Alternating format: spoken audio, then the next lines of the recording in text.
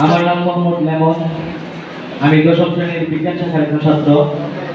তো আমি একটা কবিতা আবৃত্তি করব। আবৃত্তি করছি স্বরচিত ইচ্ছা লেখা জুলাই। আসছে ফাগুনে আমরা দ্বিগুণ হব, রক্তে লেখা জুলাইয়ের গান। এ কোনো ফাগুনের দিন ছিল না, ছিল না রৌদ্র দহনের কোনো কাজ। ছাত্র সকল বাঙালি যুগে বুকে আগুন রক্ত ফুটে, নেই ভয় কারাগুলি গ্রেফতার, তবুও চলে জনতার পার। আমি ব্যারিকেড মানি না, মানি না রাজনীতি। আমি জবাব চাই, কেন শিলা বৃষ্টি হয়ে বলে ছড়লো, মায়ের মাটিতে কেন শিশুরা পড়লো, কেন সহস্র ব্যথিত হৃদয় নিজেকে দাবি করলো রাজাকার। কোন সে পাষাণ কাপুরুষ সেদিন করলো এমন কাজ, আবু সাইদের বুকে দেশপ্রেম ছিল, তোমার ছিল না লাজ। দেখিনি আমি ৭১ দেখেছি ২৪শে জুলাই। তাই তো সেই দিনের পর থেকে হয়তো মায়ের বকুনি খেতে হবে না কখনো।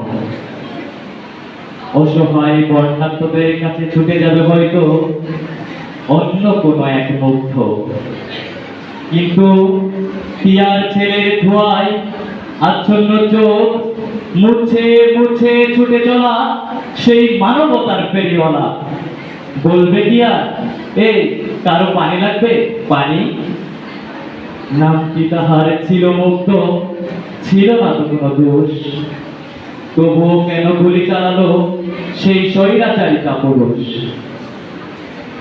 তারা এতটাই অজ্ঞ, অন্ধ, অকাল কুষ্মাণ্ড।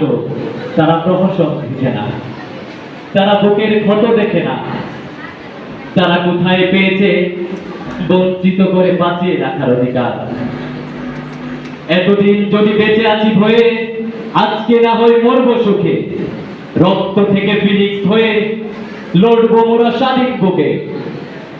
আমি দেখেছি, আমি শিখেছি আবু সাইদের পুলিশের গুলির সামনে বুক চেপিয়ে দাঁড়িয়ে যাওয়া। তাই তো আমি সেই মুক্তের গর্জন, আমি সেই ঝড় যা ভেঙে দেবে অবিচারের সবতুষ্ট শৃঙ্খল। তুমি চুপ থাকো, ইতিহাস দেখে নেবে কতবার উঠে দাঁড়িয়েছে এই বাংলা জনতার ঢেউ, এই বাংলা জনতার ঢেউ, এই বাংলা জনতার ঢেউ। আসসালামু আলাইকুম।